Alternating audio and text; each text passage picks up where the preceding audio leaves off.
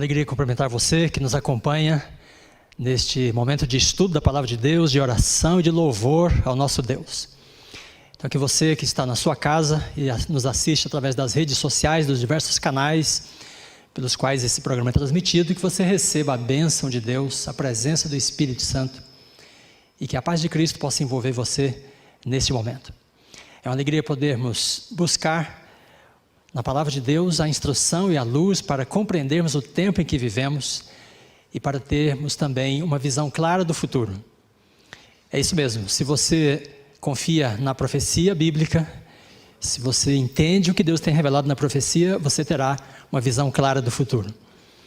Então, nesta oportunidade em que investigamos as profecias para entender o mundo em que nós estamos vivendo e buscar ao mesmo tempo encorajamento, renovação da esperança, que Deus possa abrir os seus olhos, seu coração, para que você possa entender a mensagem profética dele para você nesta noite.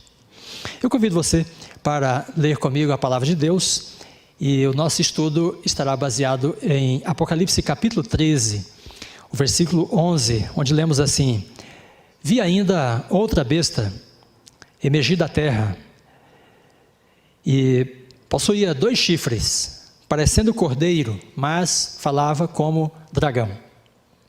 Bem, o nosso tema então é a perseguição. Perseguição é um tema comum, é uma experiência comum aos servos de Deus ao longo da história. Os israelitas tiveram grandes conflitos e embates com seus vizinhos, foram perseguidos por poderes imperiais, e os cristãos, desde o início também da sua história, eles foram perseguidos e no mundo viveram em conflito. E aqui em Apocalipse 13, então nós temos um recorte da história sendo tratado, detalhado, através de 2 visões principais. A primeira visão tem como seu personagem principal uma besta de 7 cabeças e 10 chifres. E é dito que ela atua por 42 meses, ou historicamente falando, por 1260 anos. E depois vem uma segunda visão, em que uma outra besta, agora com apenas 2 chifres, uma cabeça só, emerge então da terra, e ela tem também um papel importante no que diz respeito à sua relação com o povo de Deus. Então é dito que a besta tem uma característica bastante interessante, porque ao mesmo tempo que ela parece com o cordeiro, porque ela tem 2 chifres parecendo o cordeiro, ela porém fala como dragão, ela tem a sua relação mesma com o inimigo do cordeiro no Apocalipse. Porque esses são os 2 personagens principais no Apocalipse. O cordeiro, que é o protagonista, e o dragão, que é o antagonista. Então, nesta visão, que começa em Apocalipse 13, verso 11, então nós temos esse personagem que parece, ele está travertido de uma relação, né, com o cordeiro, porém, ele tem mesmo a sua identidade com o dragão. Então, ao falar da perseguição nos últimos dias, nós precisamos de estudar, entender esta visão que está aqui em Apocalipse 13. E eu gostaria então de fazer uma comparação. Eu vou me referir ao Apocalipse e a Daniel algumas vezes. Então, eu começo com uma comparação aqui a princípio entre Apocalipse 13, a primeira parte, e Daniel 7. É curioso que a besta em Apocalipse 13, versículo 1, que emerge do mar, ela reproduz as principais características dos 4 animais de Daniel 7.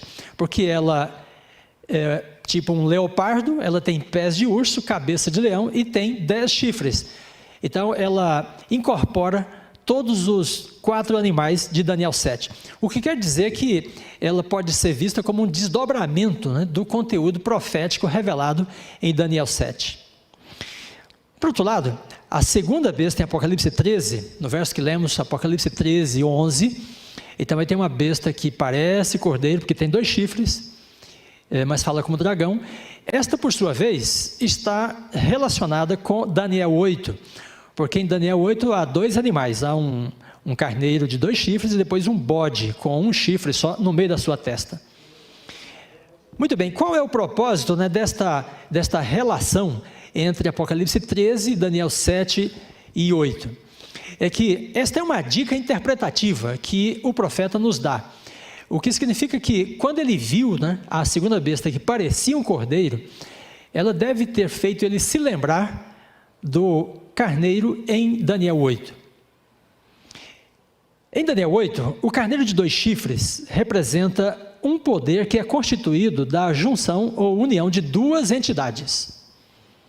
E o próprio anjo dá a interpretação para Daniel. Então, os reinos da Média e da Pérsia se juntaram pelo século V a.C., e eles formaram com essa coalizão um poder suficientemente capaz de dominar o império da Babilônia.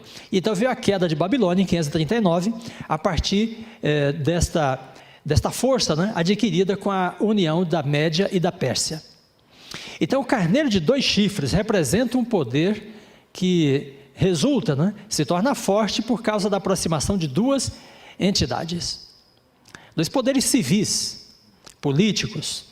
Então Apocalipse 13, ao retratar esta besta, né, parecendo um cordeiro, porque tem 2 chifres, com essa relação que temos com Daniel 7 e 8, João quer dizer para nós que este animal, esta fera que ele está descrevendo, representa um poder que também será resultado da aproximação de 2 entidades diferentes. Muito bem, tendo então em mente este contexto da relação de Daniel e Apocalipse, nós vamos dar agora uma olhada no texto de Apocalipse 13, versículo 11 a 18. Então eu quero chamar a sua atenção para os verbos utilizados aqui, inicialmente nos versículos 12 até o 14, e depois do 15 ao 17. E eu quero mostrar para você, através destes verbos que indicam as ações, né, em questão, que nós temos de fato a representação de 2 poderes em Apocalipse 13, 11 a 18. Então, se você está com a sua Bíblia ou mirando na tela, observe que inicialmente João diz que a besta que emerge da terra e tem 2 chifres, ela exerce a autoridade da primeira besta. E ela faz com que a terra e os seus habitantes adorem a primeira besta. Depois diz que ela opera grandes sinais. Esta atividade deve ser a atividade principal desta referência aqui à segunda besta. Então, a atividade de operação de sinais no Novo Testamento está diretamente ligada com os falsos profetas. Então, em Mateus 7, Jesus fala dos falsos profetas, e eles, para enganar, para persuadir, têm na operação de sinais a sua estratégia principal. Então, se esta besta faz com que a terra adore a primeira besta, ela opera sinais. Então, aqui está sendo dito para nós que a primeira fase de atuação desta besta em Apocalipse 13 é a atuação de um poder religioso, porque ele tem que ver com a adoração, ele opera sinais, e depois diz no versículo 14 que ele seduz aqueles que habitam sobre a terra para que façam então uma imagem à besta. Pois bem, então se esta besta revela um poder que resulta da junção de 2 entidades, a primeira é uma entidade de natureza religiosa, porque esta entidade tem na sua ação, né, como sua atividade predominante, a operação de sinais relacionado com a sedução e engano, e isto tudo para produzir a adoração à primeira besta. Agora observe que no versículo 15, então há uma transição, porque esse poder que opera sinais e seduz, então comunica fôlego à imagem da besta. E quando comunica fôlego à imagem da besta, então parece que esse poder sai de cena e entra em cena então o segundo poder. E agora então nós temos a imagem da besta. E a imagem da besta, uma vez que recebe esse fôlego de vida, ela pode falar e pode fazer morrer aqueles que não adorem nem a besta e nem a própria imagem da besta. Muito bem, agora a partir do verso 15, então nós temos as ações de um poder de natureza civil, um poder político que é capaz de imposição, é capaz de produzir um boicote econômico, a ponto de as pessoas não poderem comprar ou vender, a menos que estejam legitimadas, né, por uma marca que esta imagem da besta pode conferir. Então, Apocalipse 13, ao tratar da segunda besta, que tem 2 chifres, parecendo cordeiro, fala para nós de um poder, né, que resulta da união de 2 entidades, um poder inicialmente religioso e depois um poder político. Então nós temos aqui o falso profeta em ação, e o falso profeta leva ao surgimento da imagem da besta. E é interessante que há aqui uma referência à criação, porque Deus fez o homem e estava lá aquele boneco de barro sem vida, e então Deus assoprou o fôlego de vida a Adão, e então Adão se levantou como um ser vivente, e ele era então a imagem do Criador. E é interessante que quando o falso profeta então comunica fôlego àquilo que está sem vida, a imagem da besta, então ela se levanta, e se levanta como uma imagem. Se você buscar em Apocalipse 13, 11 a 18, não encontrará nenhum verbo indicando ações da besta de 7 cabeças e 10 chifres, a besta que sai do mar, porque ela leva uma ferida de morte e deixa de atuar. Quando volta uma atuação de um poder perseguidor em Apocalipse 13, esse poder não é mais da besta de 7 cabeças, mas da imagem da besta. Então, assim como Adão se levanta como a imagem do Criador, ao receber o fôlego de vida, aquilo que está morto, está inerte em Apocalipse 13, quando recebe fôlego de vida, se levanta como uma imagem da primeira besta. Então, esta imagem da besta é uma estrutura de poder político, civil, que surge no tempo do fim, após, portanto, os 1260 anos, que terminaram em 1798, com as atuações do poder perseguidor na Europa. E este poder, então, é uma reprodução, é como se fosse uma imitação da primeira besta. Por isso chama-se imagem da besta.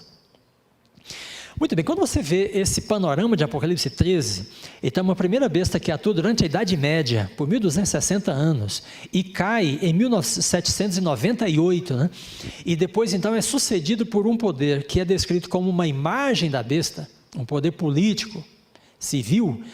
Então, a partir deste período do século XVIII, não há outro poder político do mundo capaz de cumprir essas condições, senão o poder do Império Americano. E ao falar do Império Americano, então nos referimos aos Estados Unidos, e ali nos Estados Unidos nós temos uma nação que tem uma cultura predominantemente cristã, protestante, evangélica, e portanto a ideia de profeta ou de falso profeta pode ser facilmente relacionada com esta nação, porque é uma nação que tem uma característica religiosa predominante. Em segundo lugar, então quando nós falamos da imagem da besta como um poder civil, e buscamos no cenário das nações modernas um império, então o Império Americano se apresenta com esse potencial. Muito bem, eu quero mostrar para você que Ellen White faz uma explicação desta passagem, e ela quer realmente ensinar o que ela entendia como sendo a imagem da besta. E é interessante o que ela diz, porque fica claro quando Ellen White entende uma coisa e ela quer ensinar aquilo, quando ela simplesmente às vezes faz uma menção. Mas aqui ela enfrenta realmente a questão e ela quer explicar em que consiste, o que é, como será formada esta tal imagem da besta. Então leia o texto comigo, no Grande Conflito, página 443, ela diz assim: o que é a imagem à besta? E como será ela formada? A imagem é feita pela besta de 2 chifres, e é uma imagem à primeira besta. Depois então ela diz: a fim de formarem os Estados Unidos uma imagem da besta, o poder religioso deve a tal ponto dirigir o governo civil, que a autoridade do Estado também seja empregada pela igreja para realizar seus próprios fins. Muito bem, então aqui ela situou a imagem da besta dentro do contexto bíblico em que nós estávamos estudando. Há uma ação de um falso profeta, e ela relaciona isso então com as igrejas protestantes que se distanciaram da palavra de Deus. Então há um momento em que as igrejas se aproximam do Estado e passam a utilizar o aparelho do Estado para atingir seus próprios objetivos. Então, segundo Ellen White, é o momento em que surge a imagem da besta, e essa imagem é formada a partir da aproximação do poder religioso das igrejas americanas do poder do Estado republicano, o Estado americano. Depois ainda ela diz: a imagem da besta representa a forma de protestantismo apóstata que se desenvolverá quando as igrejas protestantes buscarem o auxílio do poder civil. Então é o momento que o falso profeta comunica fôlego à imagem da besta. Então a besta atua durante a Idade Média, ela é parada através da Revolução Francesa, mas em seguida então surge a imagem da besta e dá continuidade a esse projeto, a esse estado, né, de intolerância e perseguição revelado no Apocalipse. Muito bem, então esta é uma base bíblica para nós entendermos o assunto da perseguição como nós o temos em Apocalipse. Eu quero ainda avançar um pouco no texto bíblico com você e fazer uma comparação de novo agora com o livro de Daniel. Então, no livro do profeta Daniel, nós temos 3 capítulos que consideramos serem recapitulativos. Ou seja, Daniel 2, 7 e 8 tem símbolos diferentes. No entanto, o conteúdo destas 3 visões é relativamente o mesmo. E cada uma das visões desdobra o tema de forma mais detalhada. Então nós temos o capítulo 2 com a imagem ou a estátua do sonho de Nabucodonosor. Depois nós temos Daniel 7 com 4 animais e Daniel 8 com 2 animais. Pois bem, Daniel revela através destes símbolos os poderes da Babilônia, da Pérsia, Grécia e Roma. E depois Roma papal, manifestada através da figura do chamado chifre pequeno. Muito bem, por que nós chamamos essas visões de recapitulativas? É que Daniel 2 dá um panorama geral da história, com 4 poderes principais, e depois de Daniel 7 nós temos um detalhamento, né, desses poderes, e principalmente da relação deles com o povo de Deus como poderes perseguidores. E por fim, depois em Daniel 8 nós temos um detalhamento ainda maior, mostrando como que esses poderes se relacionam com o santuário. Pois bem, com esta percepção do conceito, né, da profecia recapitulativa, então nós vamos para Apocalipse 12, 13 e 17, e então podemos colocar esses capítulos, né, em paralelo, como fazemos com Daniel. E eu quero lembrar então para você que a profecia apocalíptica tem essa característica de apresentar quadros recapitulativos, quadros paralelos. Então em Daniel nós temos o capítulo 2, o 7 e o 8, e você pode colocá-los um sobreposto ao outro, e então isso vai te dar uma segurança de entender o conteúdo dessas visões. Quando chegamos em Apocalipse, nós podemos fazer o mesmo com a visão das igrejas, dos selos e das trombetas. Elas podem ser colocadas em paralelo, e então o mesmo período histórico está sendo revelado a partir de 3 perspectivas diferentes. Mas o Apocalipse tem 2 conjuntos de quadros recapitulativos, e o segundo conjunto é exatamente, então, Apocalipse 12, 13 e 17. E aí nós temos uma figura principal que é comum aos 3 capítulos, é a figura de uma fera de 7 cabeças.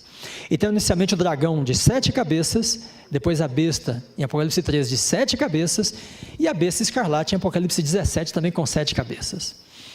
Então chamo sua atenção para o quadro e observe, uma vez que nós colocamos esses 3 capítulos em paralelo, nós podemos pensar, por exemplo, no caso de Roma. Então em Apocalipse 12, verso 4, João diz que o dragão persegue a mulher por 1260 dias. Depois em Apocalipse 13, verso 3, ele diz que a besta persegue os santos por 42 meses. É o mesmo período, 1260 dias proféticos ou 1260 anos. Depois no capítulo 17, o anjo conversando com João, ele quer dar o mistério da besta, e ele fala assim, as 7 cabeças são 7 reis, e 5 já passaram, 1 existe. E então ele se refere a Roma, que é o poder que antagoniza o povo de Deus no contexto, né, do primeiro século. Depois no capítulo 12, aí então nós temos os versículos 6 e 14, e aí temos a informação de que o dragão persegue a mulher por 1260 dias, a besta persegue por 1042 meses, e então a 6ª cabeça persegue, né, o povo de Deus por um longo tempo. E por fim, então nós chegamos ao capítulo 12, versículo 17, e então João diz que o dragão persegue o remanescente que guarda os mandamentos de Deus e tem o testemunho de Jesus. Muito bem, agora quando nós consideramos a figura do remanescente que guarda os mandamentos de Deus, após o período dos 1260 anos, então nós nos perguntamos, qual é o poder que pode perseguir ou que deverá perseguir esse remanescente? Então, de certa forma, João antecipa no capítulo 12, né, uma previsão, ele faz uma previsão da mesma imagem da besta na figura do dragão, que persegue o remanescente que guarda os mandamentos de Deus. Então, essa menção rápida que ele faz em Apocalipse 12 e 17, depois é desdobrada em Apocalipse 13, 11 a 18, com esta visão da imagem da besta, que persegue aqueles que não têm a marca da besta na sua mão ou na sua testa. E depois vamos ao capítulo 17, então João fala de um 8º rei. Então, após os 7 primeiros impérios, então ele fala de um último poder ainda que se levanta contra o povo de Deus para impor uma perseguição. Muito bem, agora com esse nosso foco, né, em Apocalipse 12 e 17, 13 versículos 11 a 18 e Apocalipse 17, 11 e 14, o que está sendo revelado aí? Então nós temos uma guerra, primeiro, em que o dragão é o antagonista do povo de Deus no capítulo 12, a imagem da besta no capítulo 13 e o 8º rei no capítulo 17. Esta é uma mesma guerra, porque aqueles que são descritos como os que guardam os mandamentos de Deus em Apocalipse 12 e 17, é o mesmo grupo que não tem a marca da besta no capítulo 13. E por sua vez, é o mesmo grupo também dos eleitos e fiéis que são antagonizados pelo 8º rei em Apocalipse 17. Logo, os 3 capítulos nos apresentam nesse quadro para mostrar que o último poder que antagoniza o povo de Deus é chamado de dragão no capítulo 12, imagem da besta no capítulo 13 e o 8º rei no capítulo 17. Pois bem, por que este poder, né, antagoniza o povo de Deus? Então, Apocalipse 13 nos dá uma informação importante acerca da motivação desse poder. Eu quero trabalhar um pouquinho ela com você nesse momento agora. Então diz que a imagem da besta marca as pessoas, com a marca da besta, com o nome da besta ou com o número da besta. Essas 3 coisas são uma só. Na verdade, a marca identifica um caráter, uma atitude, e isto também está incorporado no conceito, né, do nome na Bíblia e também do número. E aqui nós temos uma referência assim, muito discreta, quase sutil, a Gênesis, a criação, e que quando entendemos, né, conseguimos visualizar as coisas de forma mais clara. Por que a besta persegue o povo de Deus? Quando a besta marca as pessoas com o nome, é como se ela estivesse nomeando, marcando, distinguindo essas pessoas como sendo propriedade dela. E ela assume, né, uma autoridade, um governo e um domínio sobre essas pessoas que recebem a sua marca.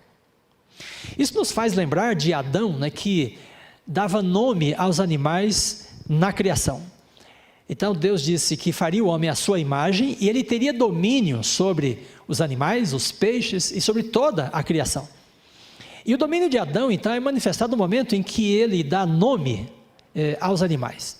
Ele os chama segundo a sua própria vontade, indicando com isto que ele tem domínio e autoridade sobre eles. Muito bem, este domínio de Adão é perdido, né, quando Adão cai em pecado, porque Satanás usurpa esse poder. Ele assume, né, a posição de Adão como príncipe desse mundo.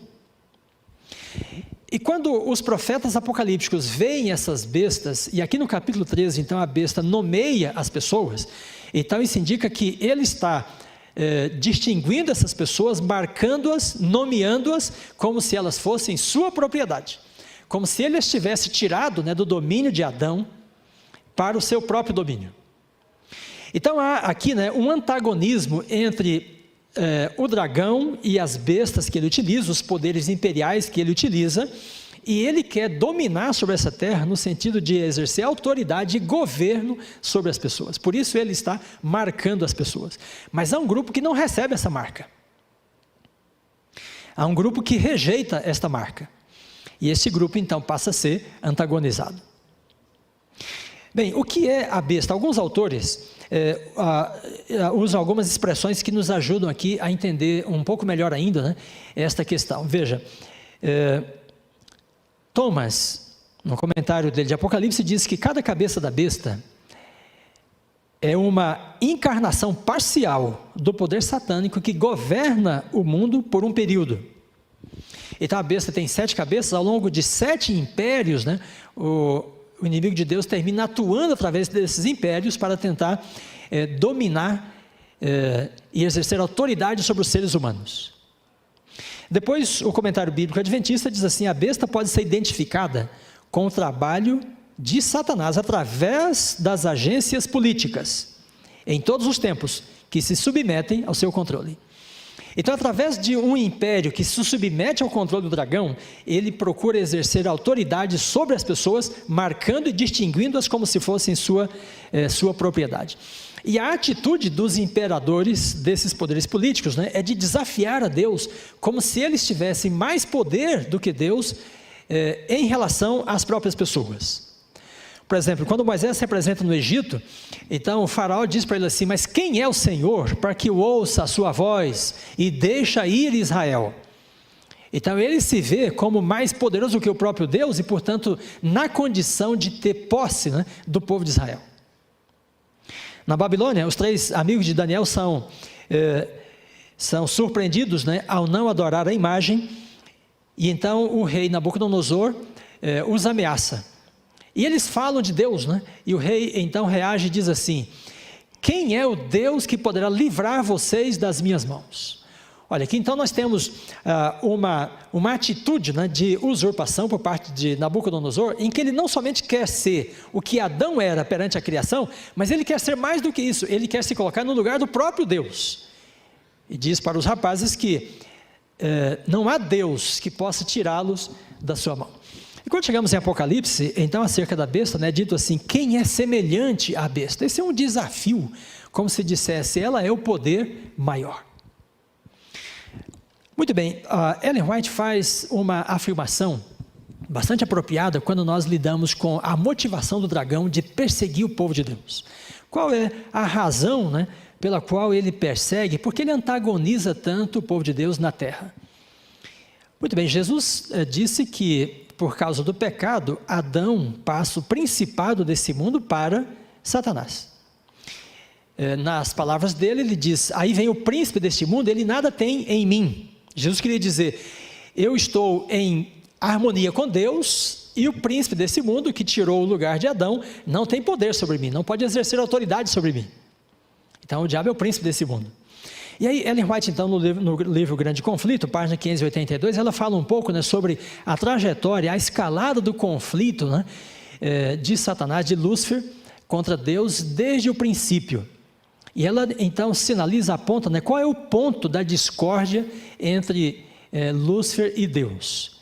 Então diz ela assim: desde o início do grande conflito no céu, tem sido o intento de Satanás subverter a lei de Deus, enganando os homens e levando-os assim a transgredir a lei de Deus. O último grande conflito entre a verdade e o erro, olha só, não é senão a luta final da prolongada controvérsia relativa à lei de Deus.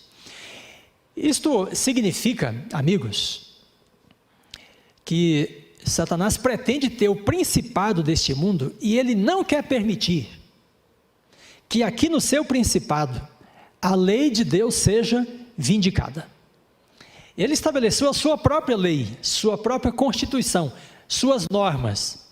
E qualquer grupo que reivindique uma outra norma pertence, portanto, a um outro governo, tem um outro Deus, e então será antagonizado pelo príncipe desse mundo.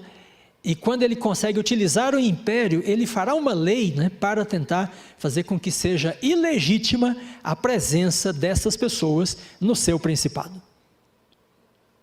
Então, um antagonismo, né, de Satanás contra Deus se deve ao fato da lei de Deus. Ele acusou a Deus de ser injusto, de ter uma lei arbitrária, autoritária. E então, quando essa lei é vindicada na terra por uma comunidade, uma família, uma congregação, isso desperta a ira do dragão. Por isso o dragão está irado em Apocalipse 12, porque há uma comunidade representada pela mulher, não é? A mulher em Apocalipse 12, que guarda os mandamentos de Deus. E portanto ela está sob, né, a ira de Satanás. Muito bem, então aí nós temos uma base bíblica para compreender a questão da perseguição. Por que que o povo de Deus é perseguido no mundo? Porque na verdade este povo não é deste mundo.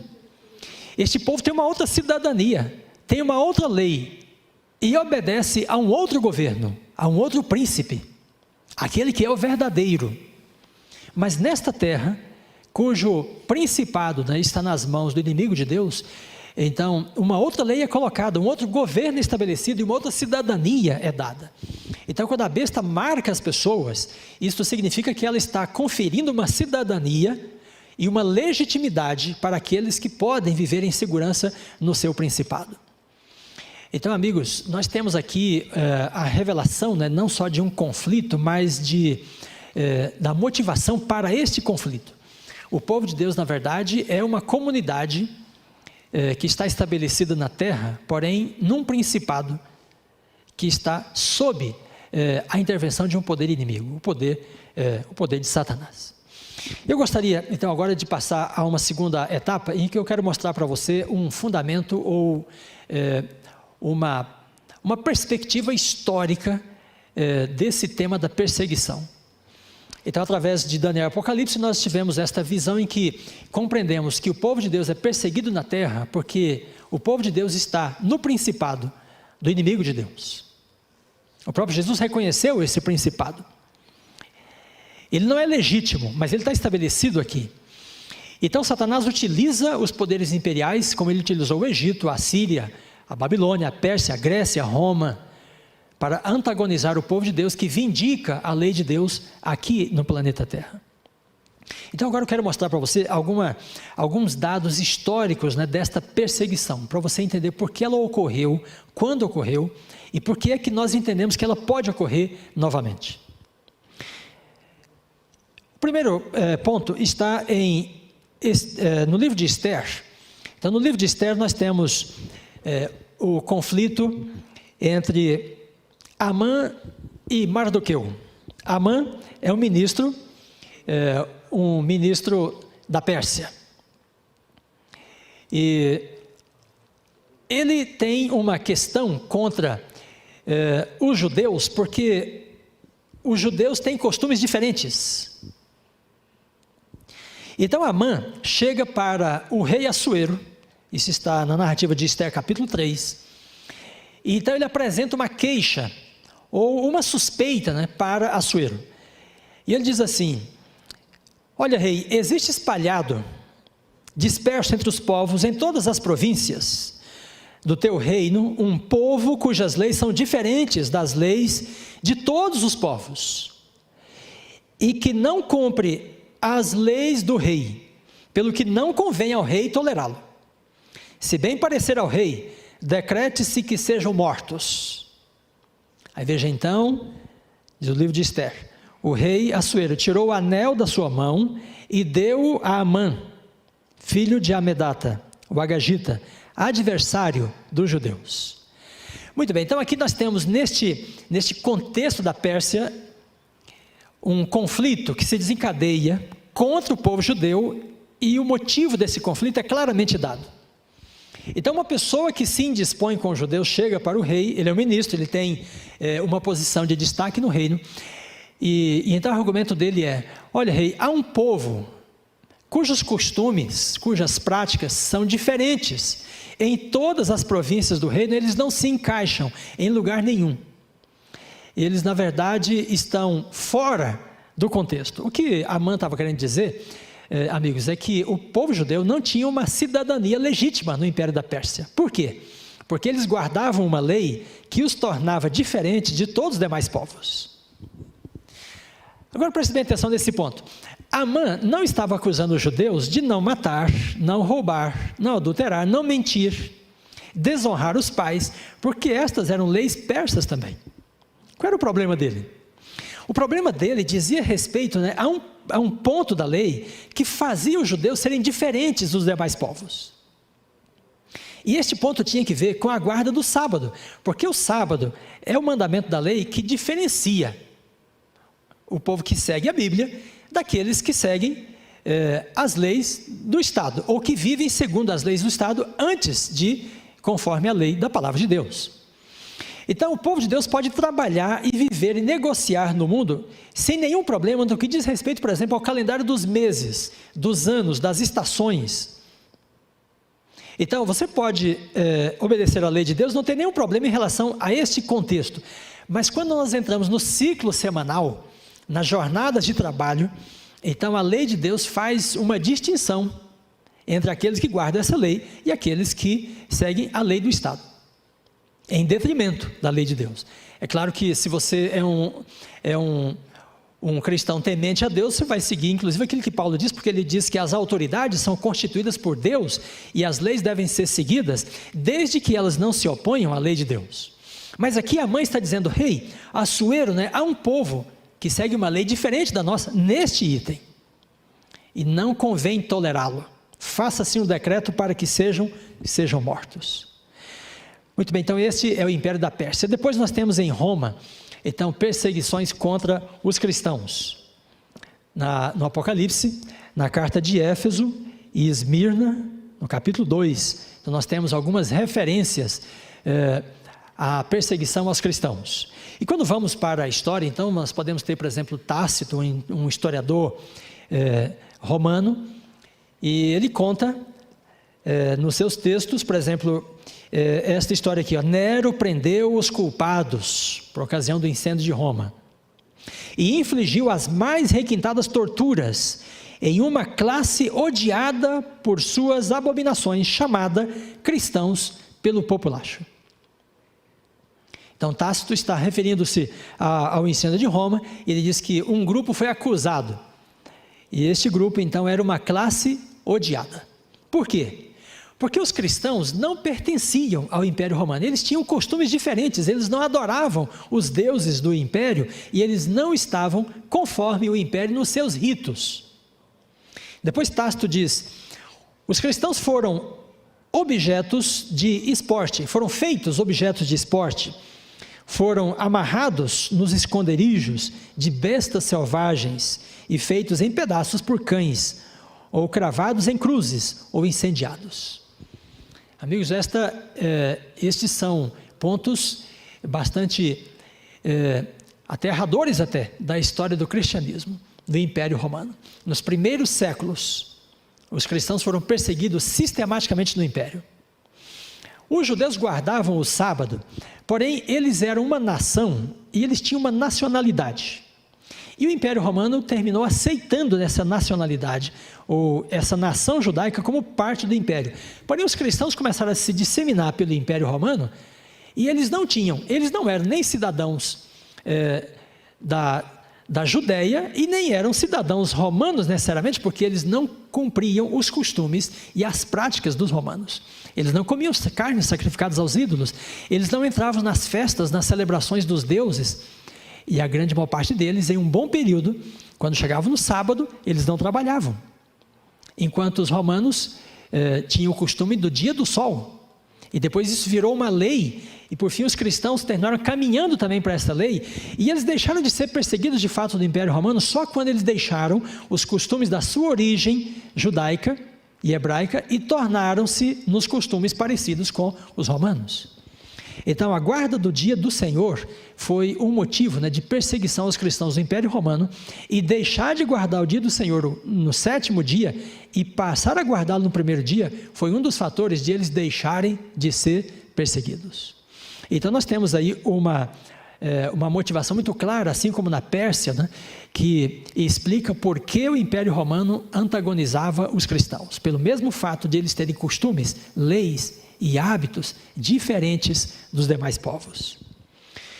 Muito bem, podemos caminhar então em seguida para a Inglaterra, agora já no contexto do protestantismo. Então há uma religião forte que se desenvolve na Inglaterra, através da igreja anglicana. Ela tem uma relação direta com o Estado, há um reavivamento por parte do protestantismo na Inglaterra, e chega um momento da história da Inglaterra, da igreja anglicana, em que um grupo dentro da comunidade protestante inglesa passa a considerar a si mesmo como sendo o novo Israel. E começou-se então na Inglaterra um interesse especial pela guarda do dia do Senhor. Porém, os protestantes ingleses guardavam o dia do Senhor Não no 7º dia, mas no primeiro dia da semana. Mesmo assim, chamavam de sábado. E daí surge então na Inglaterra um grupo, uma pequena seita a princípio, chamada assim de seita, liderada por John Trask e sua esposa Dorothy Trask. E eles então começaram a ensinar que os cristãos deveriam guardar o dia do Senhor, e como os ingleses consideravam que eles eram o novo Israel, em substituição ao antigo Israel, então o Trask dizia, nós temos de guardar o dia do Senhor, que é o sinal da aliança de Deus com o seu povo. Mas ele dizia, não no primeiro dia da semana, como os católicos guardam, mas no 7º dia, como a Bíblia diz. Bem, amigos, e aí então uma perseguição, um regime de intolerância é imposto sobre o grupo, liderado por John Trask. Então, diz o autor Douglas, nesse texto, The Sabbath in Puritanism, que em 19 de junho de 1618, John Trask foi sentenciado a ser, olha só, chicoteado, ridicularizado, mutilado e condenado à prisão perpétua por conspiração.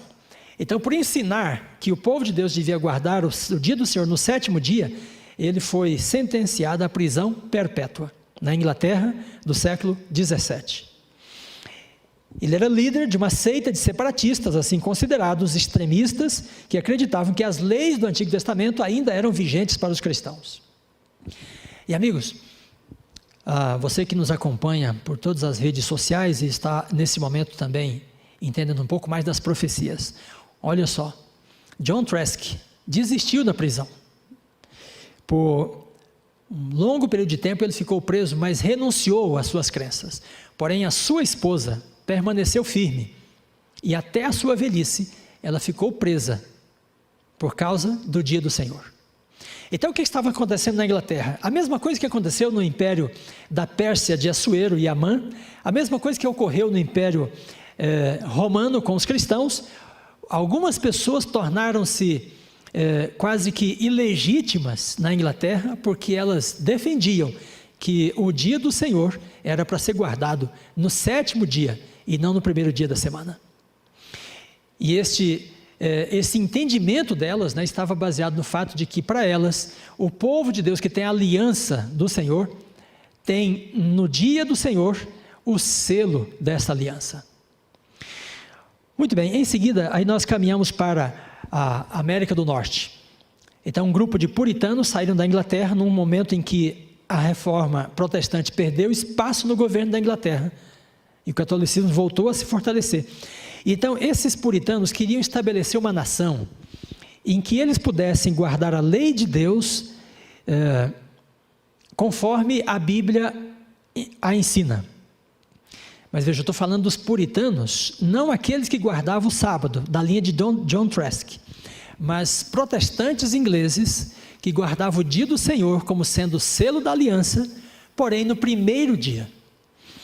Então, estes protestantes vieram para a América. E no livro A Day Apart, de um jornalista americano, ele conta muitos detalhes da fundação das primeiras colônias americanas, por parte dos protestantes, no início do século 17. E então, ele diz assim, que os puritanos chegaram à América do Norte, a fim de estabelecer, olha só, uma nova Jerusalém, que preservasse o sábado em sua integridade. Então, é muito curioso perceber e ver aqui, que segundo este autor, os colonizadores da América do Norte, que deram origem ao que hoje é os Estados Unidos da América, eles tinham uma finalidade, um projeto, um ideal em mente, predominante, que era estabelecer uma nação que preservasse o dia do Senhor, segundo o texto bíblico, porém, a ser guardado no primeiro dia da semana. Então, esse mesmo autor diz assim, recordando o lugar dos puritanos na criação e desenvolvimento desta república, nos lembramos de que a guarda do santo dia de sábado é uma das suas poderosas pedras angulares. Ele está dizendo que uma pedra angular no início, na fundação dos Estados Unidos, era a guarda do dia do Senhor, chamado de sábado, porém, para ser guardado no primeiro dia da semana. Em decorrência disto, as primeiras colônias protestantes nos Estados Unidos tiveram leis severas para punir as pessoas que trabalhassem no dia do Senhor, no primeiro dia da semana. As pessoas até poderiam deixar de trabalhar no sábado, mas elas não podiam trabalhar no primeiro dia da semana. Mas em alguns lugares, essas leis foram também impostas para que as pessoas trabalhassem no sábado e guardassem o dia do Senhor no primeiro dia da semana. Muito bem, então nos Estados Unidos, no século XIX, então começa um movimento de interesse pelo dia do Senhor a ser guardado no sétimo dia, mais especificamente a partir de 1844, e aí alguns protestantes que passam a guardar o dia do Senhor no sétimo dia, são por sua vez também antagonizados por seus vizinhos e seus antigos colegas de igreja, também protestantes. Como por exemplo foi o caso de Hiram Case, que em 1850 escreveu para Tiago White, e Tiago White publicou uma carta dele na revista The Present Truth, a verdade presente. E então Hiram Case dizia que ele tinha recebido literatura adventista do sétimo dia e passou a guardar o dia do Senhor no sétimo dia. E por causa disso ele dizia na carta que os seus vizinhos passaram a difamá-lo e persegui-lo. E foi aí que então Case, lendo Apocalipse 13, ele chegou à conclusão de que a segunda besta de 2 chifres em Apocalipse 13 deveria representar no Apocalipse o poder do Estado americano, unido às igrejas protestantes, formando um novo poder perseguidor contra o povo de Deus, que guarda os mandamentos de Deus. Muito bem, então esta é uma visão histórica em que nós percebemos que há antecedentes claros e muito evidentes na história de que uma perseguição ao povo de Deus que guarda a lei de Deus se desencadeia por causa desta observância. Eu gostaria então de terminar com esse ponto. Veja, como é que nós podemos falar de um sistema, um regime de intolerância no fim dos tempos? Por parte de um decreto dominical. Em algum momento essas leis poderão ser retomadas, elas existem nos Estados Unidos, elas estão fora de vigência, mas elas poderão ser retomadas desde que haja uma motivação para isto. Então, Ellen White diz no Grande Conflito que a observância do domingo não é um sinal da besta, mas passa a ser a partir do momento em que um decreto para se guardar o domingo seja emitido. Isso quer dizer que as pessoas que guardam o domingo, antes que haja o decreto dominical, elas não estão necessariamente seladas com a marca da besta. Mas uma vez que o mundo for atingido pelo alto clamor e as pessoas tomarem conhecimento desta verdade, obedecer ao decreto do Estado em vez da lei de Deus, então torna-se isso na experiência da marca da besta. É o momento que a besta marca aqueles que lhe pertencem.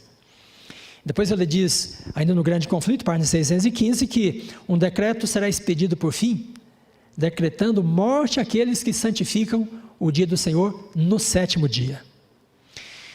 Muito bem, será que há uma motivação, há um interesse por parte das igrejas cristãs no mundo de hoje por um decreto dominical, por uma lei que venha tornar ilegítima a guarda do dia do Senhor no sétimo dia?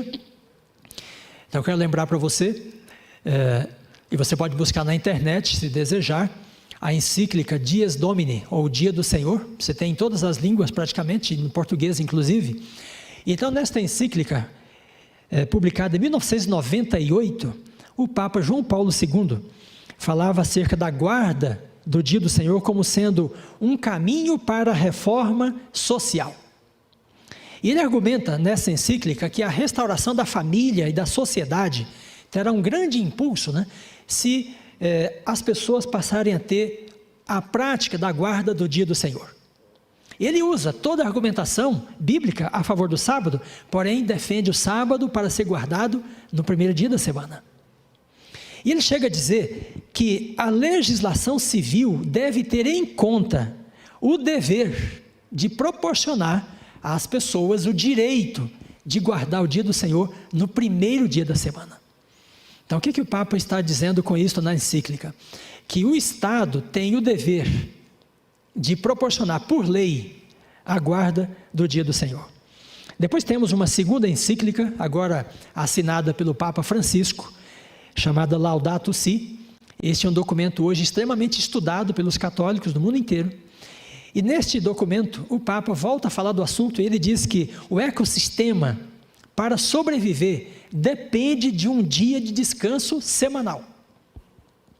Então propõe ele que, assim como Deus ordenou desde o princípio que a terra toda descansasse um dia por semana, as sociedades modernas e pós-modernas precisam restaurar essa lei e ter o dia do Senhor por força de lei novamente. Porém, o dia do Senhor não para ser guardado no 7º dia, mas no 1º dia da semana. Muito bem, amigos, isto é a motivação, né, que nós podemos delinear no tempo atual para um decreto dominical, uma lei, uma legislação em favor do dia do Senhor a ser guardado no 1º dia da semana. E o que acontecerá com aqueles que divergirem? Eles serão considerados como não pertencentes a este reino, a este mundo, a esse governo, né? Como cidadãos não legítimos, porque eles terão uma lei diferente no ciclo semanal da lei de todos os demais povos.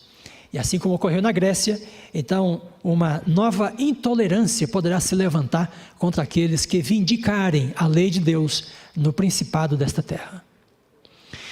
Muito bem, quando esta situação se colocar, o povo de Deus será novamente perseguido, como foi na Pérsia, como foi no Império Romano, como os guardadores do sábado no 7º dia foram perseguidos na Inglaterra, e como alguns foram perseguidos também nos Estados Unidos. Porém, esta será uma situação, esse será um contexto global em que toda a terra será marcada, né, por esse regime da imagem da besta, e a imagem da besta vai caracterizar, vai distinguir, vai nomear, vai separar aqueles que têm uma cidadania legítima, porque estão segundo a lei do Estado, e aqueles que eventualmente não tenham uma cidadania legítima e, portanto, deverão estar fora da proteção da lei do Estado. O que vai resultar, portanto, numa perseguição, num regime de intolerância. Amigos, os servos de Deus enfrentarão tempos difíceis. E diz Ellen White, os amados de Deus passarão dias penosos, presos em correntes, retidos pelas barras da prisão, sentenciados à morte. Porém, neste contexto, o Senhor se levantará em defesa do seu povo, que vindica a sua lei.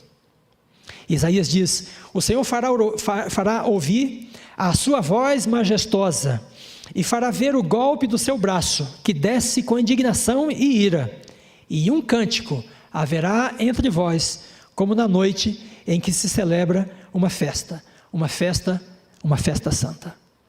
Na segunda vinda, o Senhor vem para vindicar, ou para exaltar aqueles que vindicaram a sua lei no principado deste mundo.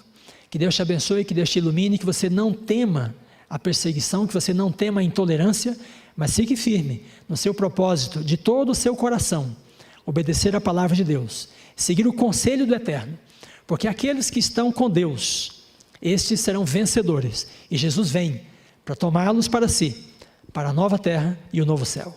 Que Deus te abençoe, que Deus te ilumine, e que você esteja firme nessa esperança e nessa certeza, de que você é um cidadão do reino de Deus, e Deus vai vindicar aqueles que lhe pertencem. Amém.